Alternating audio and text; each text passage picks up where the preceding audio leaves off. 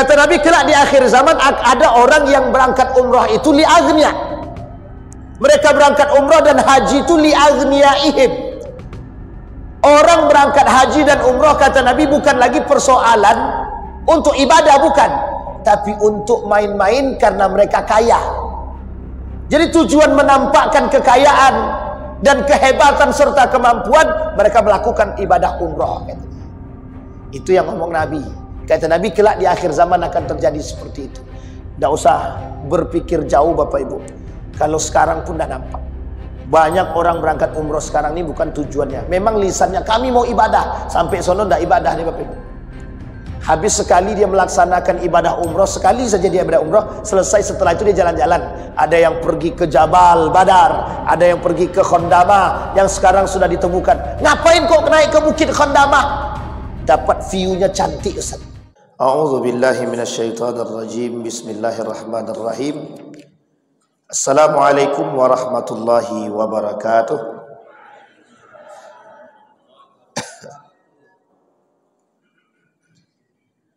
Alhamdulillahi rabbil alamin wa bihi nasta'inu ala umuri dunya waddin. Wassalatu wassalamu ala asyrafil anbiya'i wal mursalin wa ala alihi wa sahbihi ajma'in. Allahumma salli wa sallim wa barik ala hadha nabiyil karim. Allahumma salli ala Muhammad wa ala ali Muhammad fil alamin innaka hamidum majid. Ya ayuhan nasu ittaqu rabbakum alladhi khalaqakum min nafsin wahidah wa khalaqa minha zawjaha wa basta minhuma rijalan katsiran wa nisaa. Wattaqullaha alladhi tasaaluna bihi wal arham innallaha kana 'alaikum raqiba. Wa qala Allah ta'ala, ya ayyuhalladzina amanu taqullaha wa qulu qawlan sadida yuslih lakum a'malakum wa yaghfir lakum dhunubakum wa may yuti'illaha wa rasulahu faqad faza fawzan 'azima. Puji syukur kehadiran Allah atas limpahan rahmat dengan mengucapkan alhamdulillahirabbil alamin. Berselawat kepada Nabi dengan mengucapkan Allahumma salli ala Muhammad wa ala ali Muhammad fil alamin innaka hamidum majid. Bapak Ibu sekalian yang berbahagia, mudah-mudahan di subuh hari ini Allah limpahkan rahmat dan karunia-Nya dan keberkahannya kepada kita semua. Insyaallah mudah-mudahan dengan izinnya Allah kita semua puasa kita istiqamah dan husnul khatimah. Amin. Dan mudah-mudahan dengan ibadah puasa ini, bagi orang tua kita yang telah mendahului kita dan kita berdoa untuk mereka, Allah kabulkan doa kita. Allah tempatkan di tempat terbaik di sisi-Nya, Allah terima amal ibadahnya. Amin ya rabbal alamin. Dan untuk kita semua insyaallah berada dalam kebaikan dan ketaatan dan husnul khatimah. Baik Bapak Ibu sekalian yang berbahagia, hari ini puasa yang keberapa? Yang kelima? Oh, keempat. Cepat selesai pula kan? Puasa Bu? Kalau apa-apa ini nampaknya wajah segar-segar pagi ini, karena atu-atu. Insyaallah mudah-mudahan semua puasa kita diterima. Baik Bapak Ibu sekalian yang berbahagia, kembali kita mengkaji kitab Al-Kabair, dosa-dosa besar. Kemarin kita sampai pada dosa besar yang ke-7 dan masuk yang ke-8. Sebelum masuk pada yang ke-7 dan yang ke-8, kita mengulang sedikit pada dosa besar yang ke-6. Pada dosa besar yang ke-6 kata Imam Syamsuddin Az-Zahabi tentang orang yang sengaja membatalkan puasa atau sengaja tidak berpuasa. Puasa ini ada 3 kategori. Orang yang batal puasa ini ada 3 kategori. Kategori yang pertama, orang yang tidak bisa berpuasa. Itu disebutkan di dalam Al-Quran. Yang boleh tidak berpuasa itu disebutkan di dalam Al-Quran. Yang kedua, orang yang sengaja meninggalkan puasa. Ada orang yang sengaja meninggalkan puasa atau memang tak puasa dia. Yang ketiga, tarku shaum li istihlal, meninggalkan puasa karena memang menganggap itu halal untuk ditinggalkan. Bahasa lainnya, mengingkari kewajiban puasa. Jadi 3 macam. Kita akan uraikan satu-satu. Kata Allah di dalam Al-Quran, diwajibkan atas kalian berpuasa seperti orang-orang sebelum kalian. Betul ya Bapak Ibu ya? Itu surat dalam Al-Quran begitu. Kata Allah, diwajibkan atas kalian berpuasa seperti orang-orang sebelum kalian. Berarti kita ini taklid, mengikuti orang-orang sebelumnya. Sejarahnya sudah saya sampaikan. Ada 3 tahapan kewajiban puasa. Tahapan pertama dalam kewajiban puasa itu tidak diwajibkan, bukan tidak diwajibkan, wajib berpuasa, tapi boleh memilih. Mau puasa silahkan, ndak puasa juga ndak apa-apa. Atau mau pilih yang ketiga, fidyah boleh. Cuman perintah puasa sudah datang. Perintah puasa sudah datang. Tahapan pertama. Tahapan kedua, Anda boleh pilih berpuasa atau bayar fidyah. Itu boleh pilih. Tahapan yang terakhir, yang ketiga, tidak ada namanya yang tidak puasa. Semuanya wajib puasa. Yang tidak boleh berpuasa cuma 2. Ini pada poin yang pertama tadi. Jadi Bapak Ibu, pada poin yang pertama tadi adalah orang yang dibenarkan meninggalkan puasa. Dan ayat ini berbicara tentang kewajiban berpuasa dan tidak ada satupun yang boleh meninggalkan puasa kecuali yang sudah Allah sebutkan di dalam Al-Quran 2. Sakit dan musafir. Sakit dan musafir. Kembali kepada poin yang pertama dalam sejarah. Tadi kan sejarahnya boleh pilih. Nabi turun perintah wajib puasa di Madinah ini itu ada sebab untuk membedakan dengan orang Yahudi dengan Muslim. Sebelum itu Nabi berpuasa Asyura. Puasa Asyura ini sama dengan kaum Bani Israel. Jadi Nabi berpuasa Asyura, Bani Israel juga puasa Asyura. Kata Nabi, aku lebih berhak daripada Bani Israel untuk berpuasa daripada Bani Israel itu sendiri. Wa ana ahaqqu minhum, kata Nabi. Saya lebih berhak berpuasa Asyura ketimbang Bani Israel. Kenapa? Karena ketika itu puasa Asyura itu untuk memperingati perjuangan Nabi Musa ketika dikejar oleh Fir'aun. Ini sejarah. Sehingga diberikan yang lain oleh Allah dalam bentuk yang berbeda untuk membedakan mana yang Muslim dengan Yahudi atau Bani Israel. Maka turunlah perintah tentang puasa Ramadan selama 30 hari, 29 atau 30 hari. Dia tidak akan mungkin kurang dari 29. Kalau 28 berarti agak sesat tuh. Kalau 31 berarti melewat batas tuh. Karena ijtihadul ulama, dari pandangan para ulama, hasil analisa ulama dari dulu sampai sekarang merujuk kepada pemahaman salaf, itu tidak pernah Ramadan itu kurang dari 29, lebih daripada 31. Sehingga butuh metode untuk melihat hilal dengan 2 metode yang kuat. Satu ru'yatul hilal, yang kedua hisab. Sampai di sini bisa dipahami. Dua-duanya benar. Dua-duanya benar. Kok bisa terjadi perbedaan? Sangat memungkinkan karena beda metode. Sampai di sini bisa dipahami. OKI, organisasi negara Islam di dunia, bersatu Diberikanlah standar untuk melihat hilal itu.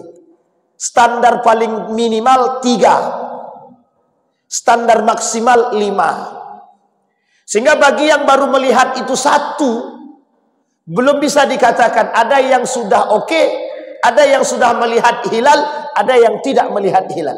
Kita ambil contoh. Contohnya apa? Ramadan tahun ini. Di semua tempat nggak kelihatan hilal itu. Cuman kelihatan cuman satu tempat. Yang ada di Aceh ujung. Itu pun bukan di Aceh kota, di Aceh ujung. Diambillah karena sudah ada salah satu tempat yang memang dijadikan sandaran dari 29 tempat itu, bahwa yang paling ujung sudah melihat, maka diambillah. Diijtihadkan oleh para ulama, yuk kita ambil, jadilah bersama. Muhammadiyah dengan metode hisabnya, NU dengan metode ru'yatul hilalnya. Padahal dalam pemaparan NU pada sore hari itu, ketika sidang isbat itu, kata kelompok Nahdlatul Ulama, kami belum melihat hilal. Ada kemungkinan hilal itu akan terlihat jam 9 malam. Makanya Malaysia, negara tetangga, baru berpuasa di tanggal 2 hari Ahad. Nah, itu Bapak Ibu. Nah, kembali kepada poin tadi. Itu sedikit. Karena itu ilmunya ilmu falak. Kembali kepada poin tadi. Maka dalam tahapan kewajiban berpuasa, tidak langsung diwajibkan berpuasa itu langsung mutlak, tidak. Karena merubah dari 1 hari ke 30 hari. Itu berat.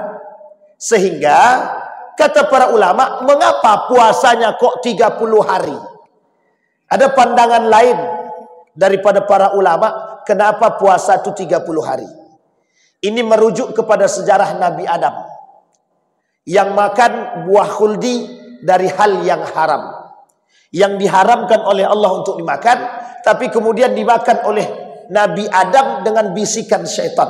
Kata para ulama, standar membersihkan perut dari makanan-makanan yang haram tadi 30 hari. Sehingga setelah 30 hari barulah diterima amal ibadah dia. Inilah alasannya kenapa puasa Ramadan 30 hari. Meskipun tidak bisa dijadikan sandaran kuat. Kenapa? Masih banyak daripada pandangan yang lain. Pandangan yang paling masyhur mengatakan kenapa puasa 30 hari? Itu urusan Allah, kata dia. Nah, itu tidak bisa kita bantah lagi kalau dah begitu. Karena memang tidak bisa ada bantahan. Cuma merujuk kepada beberapa pemahaman bahwa mereka mengatakan dalam kitab Tanbihul Ghafilin tadi, bahwa Nabi Adam itu memakan buah khuldi untuk membersihkan dari yang haram itu butuh waktu 30 hari. Maka Bapak Ibu, kalaulah cuma 1 buah khuldi saja dimakan, membersihkannya harus 30 hari. Gimana yang setiap harinya makan makanan yang haram? Butuh berapa hari untuk membersihkan? Kenapa orang yang minum khamar, minum minuman keras, tidak Allah terima selama 40 hari amal ibadahnya? Enggak Allah terima, kata Nabi. Selama 40 hari orang yang minum minuman keras, tidak Allah terima amal ibadahnya. Tapi Bapak Ibu sekalian yang berbahagia, bukan berarti Allah menolak proses untuk hijrahnya, tidak. Tidak. Jadi selagi dia masih mau bertobat dan terus ingin berhijrah untuk membersihkan diri, Allah terima. Meskipun dalam riwayat yang lain Allah tidak terima ibadahnya orang-orang yang masih meminum khamar itu selama 40 hari. Hari ini dia minum berarti 40 hari ke depan. Sebenarnya ulama bilang bukan 40 hari, lebih tepatnya 1 bulan. Lebih tepatnya satu bulan. Hanya saja dalam riwayat itu disebutkan 40 hari. Nah, kembali kepada poin tadi. Sehingga kata kata para ulama, Bapak Ibu sekalian berbahagia, 30 hari itu untuk membersihkan perut. Sehingga orang yang berpuasa di bulan Ramadan penuh dia, selama 30 hari dia bisa membersihkan perutnya dari segala hal, baik yang haram, yang syubhat. Kembali kepada yang kedua. Nah, kemudian barulah dinaikkan tahapannya, harus memilih. Kalau tidak puasa, bayar fidyah. Bayar fidyah, ngasih makan orang tak mampu, orang miskin atau anak yatim. Tapi kemudian pada tahapan terakhir barulah kemudian diwajibkan yang boleh tidak berpuasa cuma dua.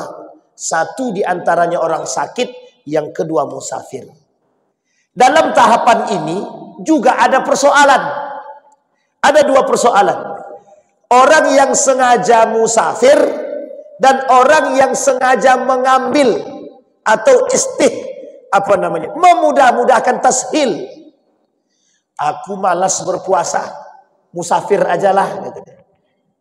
Misal saya ambil contoh. Ini kan lagi malas, misalkan lagi, nggak pengen puasa nih, gimana caranya ya? Kalau makan langsung sengaja batal puasa. Dicarilah cara apa? Apa cara yang paling mudah? Kalau dibuat sakit, minta doa sakit namanya. Maka pergilah ke Kerinci. Keluar dari batas tadi, bismillah, aku musafir karena Allah. Sampai ke Kerinci, batalkannya puasanya. Kalau dia sengaja musafir, dalam konteks ini kan dua hal. Kalau sengaja musafir, secara hukum, ini kita bicara secara hukum, bukan etik dulu ya. Secara hukum, kalau dia musafir, dibenarkan membatalkan puasanya. Ada alasan? Ada. Kenapa dulu orang dibenarkan berbuka puasa dalam safar itu? Alasan pertama, karena tidak semua orang bisa naik kendaraan. Ada yang naik onta, muntah dia. Takut khaufan minal marad, ditakutkan sakit dan membahayakan diri, maka dibenarkanlah dalam membuka puasa. Yang kedua, ada alasan, ada. Dalam perjalanan itu banyak bahaya. Sehingga ketika mereka berangkat, berjalan, dibenarkan untuk tidak berpuasa. Tapi tidak berpuasanya orang musafir ini wajib mengganti setelahnya. Kita ambil contoh.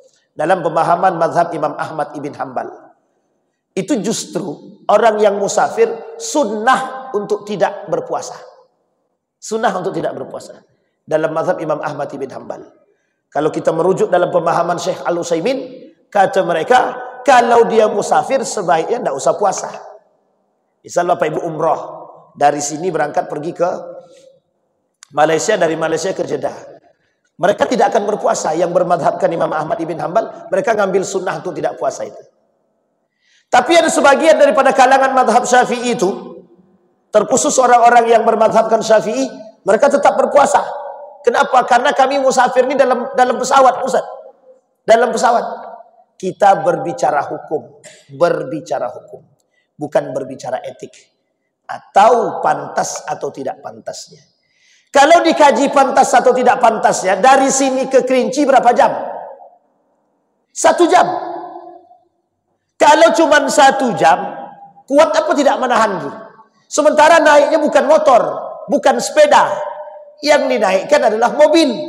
Yang mobil tadi sudah ada AC. Kalau kita berbicara etik, kita bicara pantas atau tidak pantas, sebenarnya kurang pantas dia kalau tak berpuasa.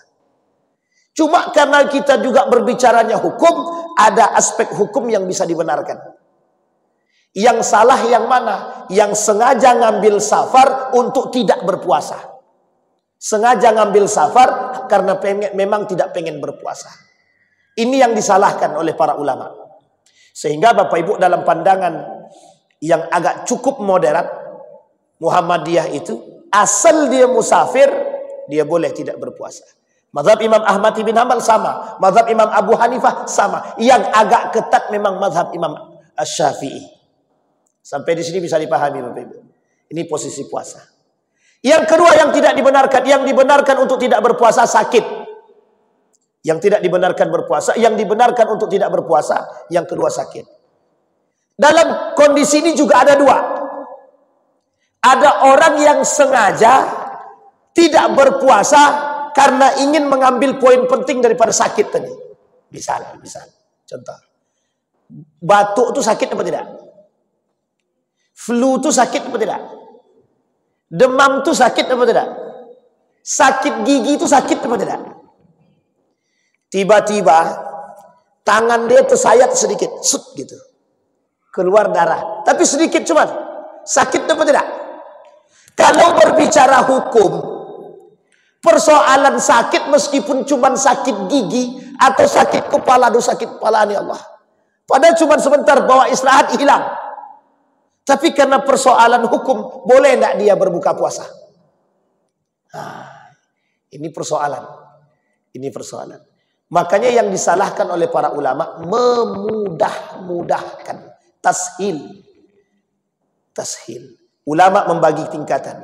Kalau kata mazhab Imam Syafi'i, kalau cuma sakitnya itu tidak memberikan bahaya kepada tubuh dia, maka dia tetap berpuasa. Tapi kalau dia memberikan bahaya, berdampak bahaya pada diri dia, maka boleh dia tidak berpuasa. Nah, ini mazhab Syafi'i ketatnya. Tapi mazhabnya Imam Abu Hanifah, asal sakit aja, mau sakit apapun sakit dia, tidak apa-apa. Kan hukumnya begitu. Boleh tidak puasa yang bagi yang sakit. Karena dalam ayat tadi itu, wa in kuntum marad, sakit. Tidak disebutkan sakit parah, sakit ringan, tidak ada disebutkan. Nah, ini persoalan para ulama. Tapi saya lebih condong menggunakan mazhab Imam Syafi'i. Jangan memudah-mudahkan. Kenapa? Kalau sakitnya cuma sakit kepala sedikit atau menggigil sedikit, ya nggak usah lah, harus membatalkan puasa. Tapi jika memang itu membahayakan pada diri, ya silahkan. Dan ini dua pemahaman oleh para ulama. Yang paling diancam oleh para ulama adalah mereka yang sengaja memudahkan, mengambil posisi ini untuk tidak berpuasa. Sampai di sini Pak, bisa dipahami Bapak Ibu? Ini kondisi yang pertama baru. Orang yang meninggalkan puasa atau yang dibenarkan meninggalkan puasa. Poin pertama. Sekarang ada poin yang kedua. Orang yang sengaja meninggalkan puasa bila uzrin wala illatin, tanpa ada sebab, taraka as-siyam bila uzrin wala illatin. Ada orang yang meninggalkan puasa dari masa balik dia sampai tua itu, kan hitungannya dari balik ya, hitungannya dari balik sampai dia tua, suyuh.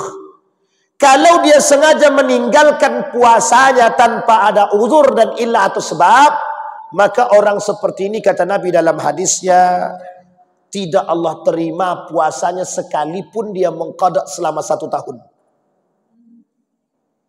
Selama 1 tahun ini dia qada puasanya, Allah tak terima puasanya. Apa kata Nabi dalam hadisnya? Man aftara yawman min Ramadan bila udrin lam yaqdihi siyamad dahri wa insamahu. Kata Nabi, siapapun yang meninggalkan puasa ini dengan sengaja di bulan suci Ramadan tanpa udzur, maka tidak akan diterima puasanya selama dia 1 tahun, sekalipun dia mengganti dia selama 1 tahun. Setahun itu digantinya terus, setiap hari dia puasa untuk mengganti yang 1 kali dia tinggalkan tadi dengan sengaja tadi. Nabi tak mau. Kata Allah tidak terima, kata Nabi. Itu hadis yang pertama. Hadis yang kedua, orang yang sengaja meninggalkan puasa, ini nanti kita jelasin. Orang yang sengaja meninggalkan puasa, kata Nabi, ural Islam wa qawaiduhu thalatha. Pondasi Islam itu 3. 1, pondasinya adalah salat. Yang kedua, pondasinya adalah zakat. Yang ketiga, pondasinya qaulu la syahadat, la ilaha illallah, asyhadu an la ilaha illallah wa asyhadu anna Muhammad Rasulullah. Jadi ada 3 pondasi. 1, syahadat. Yang kedua, salat. Yang ketiga, puasa.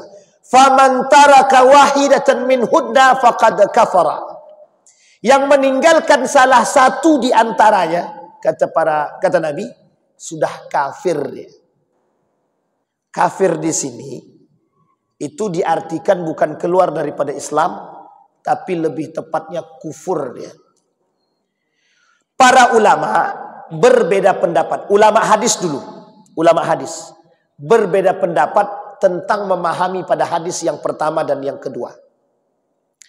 Kata para ulama hadis yang kedua ini dhaif, lemah. Tapi ulama sebagian lagi mengatakan hadisnya hasan. Sehingga jika hadis yang lemah diriwayatkan oleh seorang ahli hadis yang baik, derajat hadisnya naik dari dhaif jadi hasan.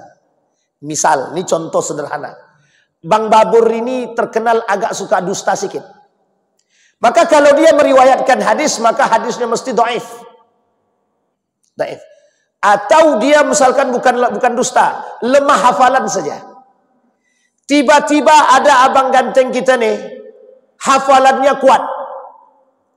Maka hadis yang dia riwayatkan sahih. Ustadz Babur ini meriwayatkan hadisnya dhaif. Tapi kemudian ada abang ganteng yang kuat, imannya bagus, hafalannya tidak pernah berdusta, meriwayatkan hadis yang sama dengan apa yang diriwayatkan oleh Ustadz Babur tadi, maka hadis yang tadi naik derajat, jadi hadisnya hasan. Sampai di sini bisa dipahami. Kalau hadis hasan masih boleh dijadikan alasan. Kembali kepada poin tadi. Kata Nabi pada hadis, kata para ulama hadis yang pertama tadi, yang mengatakan Nabi tidak menerima puasa orang yang mengganti, yang meninggalkan puasa dengan sengaja kemudian dia ganti selama 1 tahun, tidak Allah terima. Hadis ini derajatnya hasan. Artinya kalau derajat ini, hadis ini hasan, bisa dijadikan patokan di ancaman bagi mereka yang sengaja meninggalkan puasa di bulan suci Ramadan. Kita ambil contoh. Kenapa kau tak puasa? Tidak sanggup puasa. Belum dicoba, tapi dah bilang tidak sanggup. Itu yang pertama. Yang kedua, ngapain puasa? Capek-capekin badan. Ini kita akan sering temukan sekarang orang-orang yang meremehkan puasa. Banyak kok yang tidak puasa tuh, banyak sekarang. Kemarin kami ketemu itu 3 orang, 2-nya puasa, 1-nya laki-laki itu minum di depan orang puasa tanpa dosa. Badannya gede, gemuk. Nah, itu coba, kenapa mereka tak berpuasa? Alasannya apa? Kami kerja. Kalau kami puasa, kami tak sanggup kerja, tak semangat kerja. Kalau kami tak semangat kerja, kami tak dapat gaji. Kalau kami tak dapat gaji, anak istri kami tak makan. Cuman segitu doang alasannya. Padahal badannya kekar, belum dicoba. Kalau bahasanya para ulama begini. Ma la yudraku kullu la yutraku kullu. Tetap berniat untuk puasa. Andai kata di tengah perjalanan dia bekerja dalam kerjanya tadi, dan terjadi, mohon maaf, badan lemah, hilang semangat, khaufan, takut dia kalau akan terjadi penyakit dan membahayakan diri dia, baru boleh dibatalkan, kata para ulama.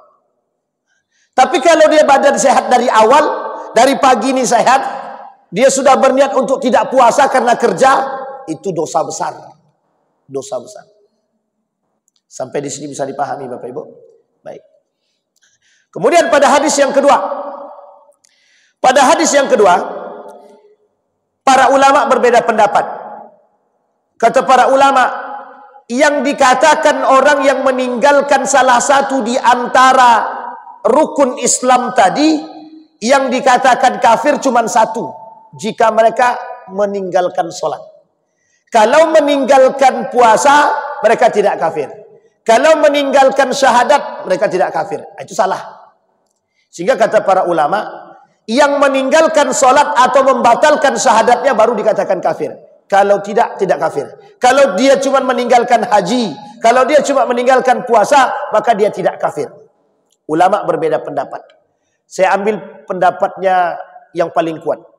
Kata para ulama hadis, puasa masuk dalam kategori jika orang itu sengaja meninggalkan puasa, maka dia mendapatkan ancaman yang paling berat, masuk dalam kategori dosa besar. Itu pada poin yang kedua. Ada poin yang ketiga, ada.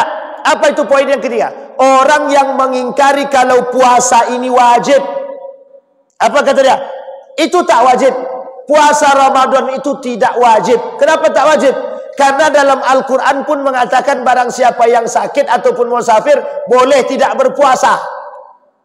Sehingga ke posisi puasa ini tak sama tinggi derajatnya dengan sholat. Akhirnya mereka ingkari kewajibannya.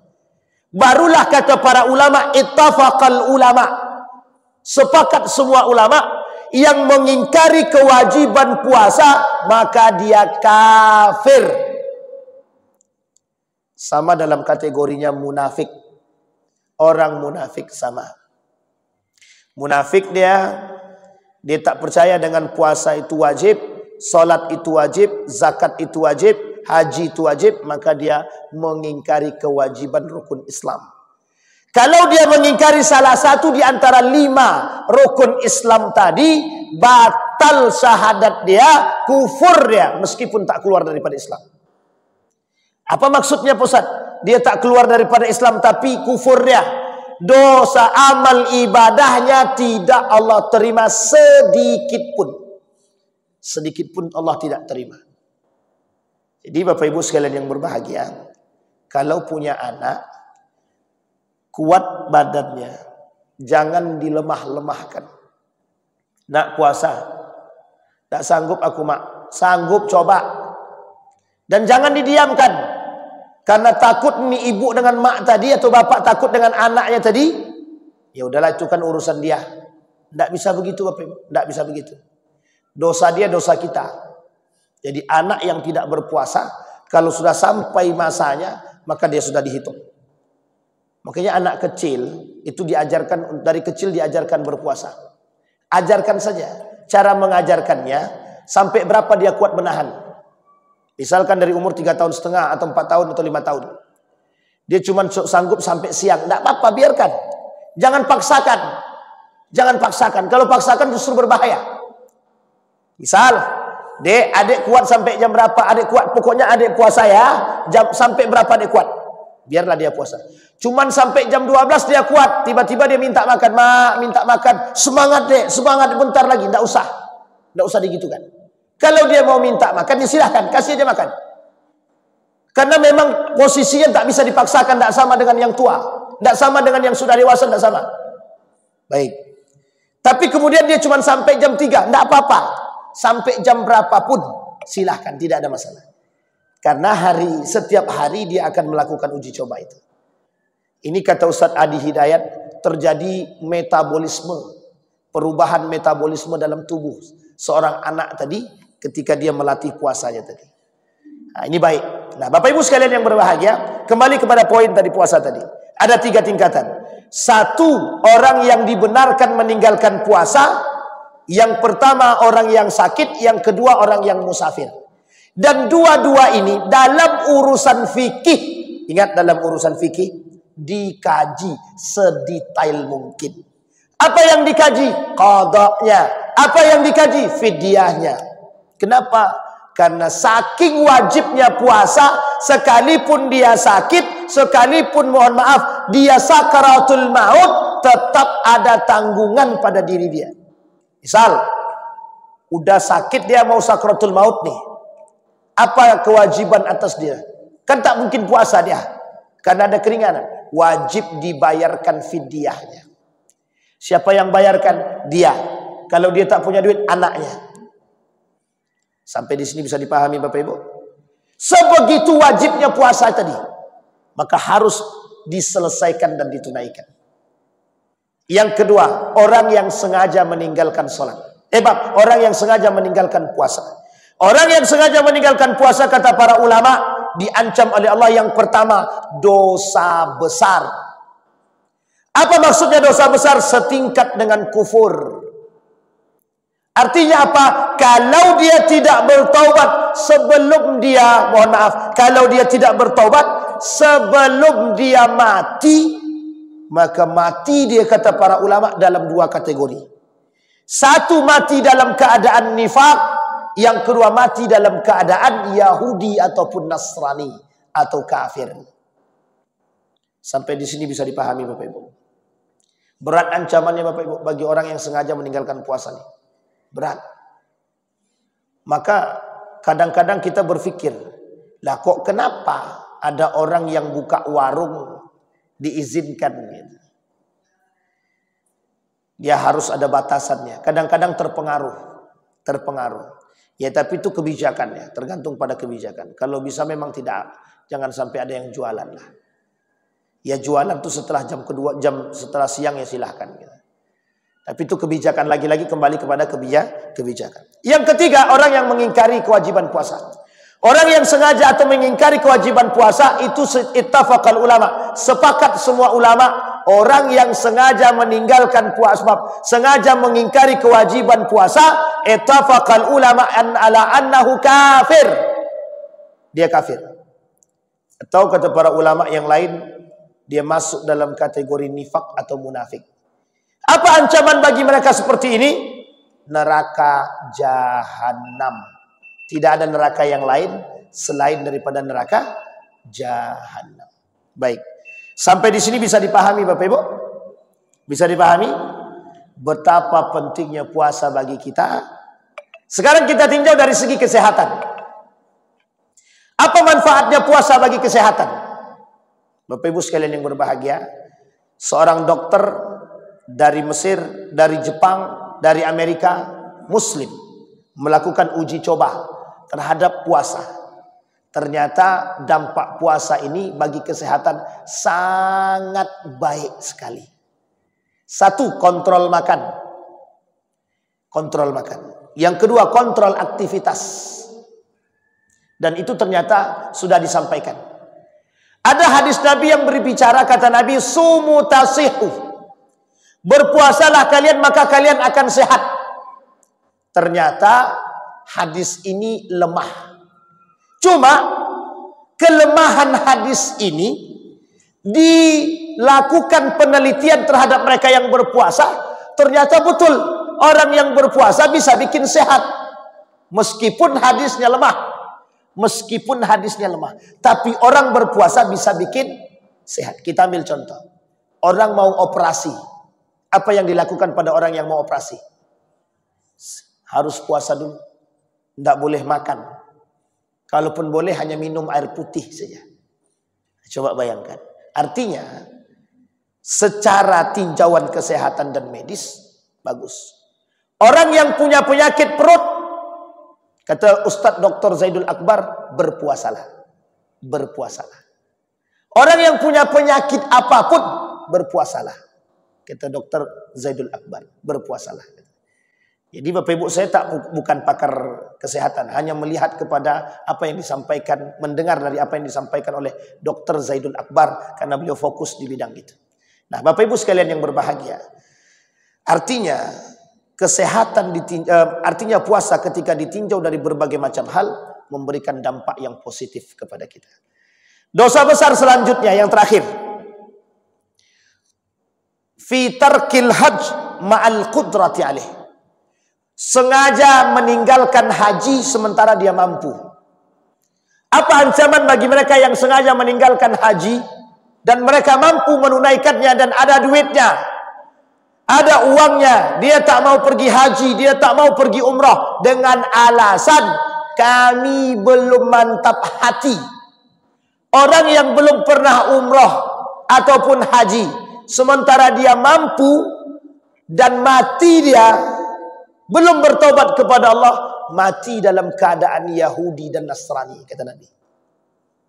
Famatuhu maitatan nasara wal yahud. Mati dia, mati dalam keadaan Nasrani dan Yahudi. Ulama lain berpendapat begini. Bukan karena persoalan sengaja meninggalkan hajinya, tapi meremehkan, ihmal an ta'atillah wa syariatihi.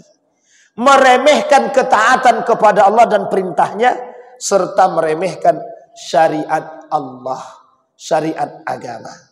Sehingga kata para ulama, yang dipersoalkan itu bukan meninggalkannya, tapi tidak taat dan tidak patuh terhadap syariatnya. Sehingga ada kecenderungan untuk mengingkari kewajiban haji.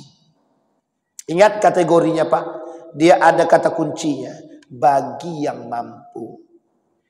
Kalau yang tak mampu bagaimana Pak Ustadz? Ya itu tak mungkin dipaksakan. Tapi kata mazhab Imam Syafi'i, terkhusus untuk umrah, kata mazhab Imam Syafi'i, paling tidak sekali seumur hidup, hukum umrah itu wajib. Lagi-lagi ada kata kuncinya, ada. Apa kata kuncinya? Bagi yang mampu. Umrah saja kata mazhab Syafi'i wajib bagi yang mampu, apa tak lagi haji. Apakah yang disebut Nabi dalam, disebut Allah di dalam disebutkan Nabi dalam rukun Islam itu umrah? Bukan. Tapi haji. Tapi kok bisa umrah? Umrah saja wajib, apa tak lagi haji. Dan sekarang kata Nabi di akhir zaman lain. Ini Nabi yang bilang dalam hadisnya. Kata Nabi, kelak di akhir zaman ada orang yang berangkat umrah itu li'aghniya. Mereka berangkat umrah dan haji itu li'aghniyaihim. Orang berangkat haji dan umrah, kata Nabi, bukan lagi persoalan untuk ibadah, bukan. Tapi untuk main-main karena mereka kaya. Jadi tujuan menampakkan kekayaan dan kehebatan serta kemampuan, mereka melakukan ibadah umrah. Itu yang ngomong Nabi. Kata Nabi, kelak di akhir zaman akan terjadi seperti itu. Tidak usah berpikir jauh Bapak Ibu. Kalau sekarang pun dah nampak. Banyak orang berangkat umroh sekarang ini bukan tujuannya. Memang lisannya, kami mau ibadah. Sampai sono tidak ibadah nih Bapak Ibu. Habis sekali dia melaksanakan ibadah umroh, sekali saja dia ibadah umroh, selesai setelah itu dia jalan-jalan. Ada yang pergi ke Jabal Badar, ada yang pergi ke Khondamah, yang sekarang sudah ditemukan. Ngapain kok naik ke Bukit Khondamah? Dapat view-nya cantik Ustaz. Ternyata untuk masuk, untuk foto-foto saja. Cuman untuk foto. Selesai foto-foto, langsung diupload ke Facebook, Instagram, dan TikTok. Sampai ke situ. Dan ternyata apa yang dikatakan oleh Nabi sudah terbukti. Ada orang yang berangkat umrah dan haji hanya untuk menunjukkan kehebatan dan kemegahan dan kekayaan. Dan mereka hanya karena kekayaan mereka, Bapak Ibu boleh lihat, mohon maaf ya, mohon maaf betul. Terlepas daripada persoalan travel ya, terlepas daripada persoalan travel.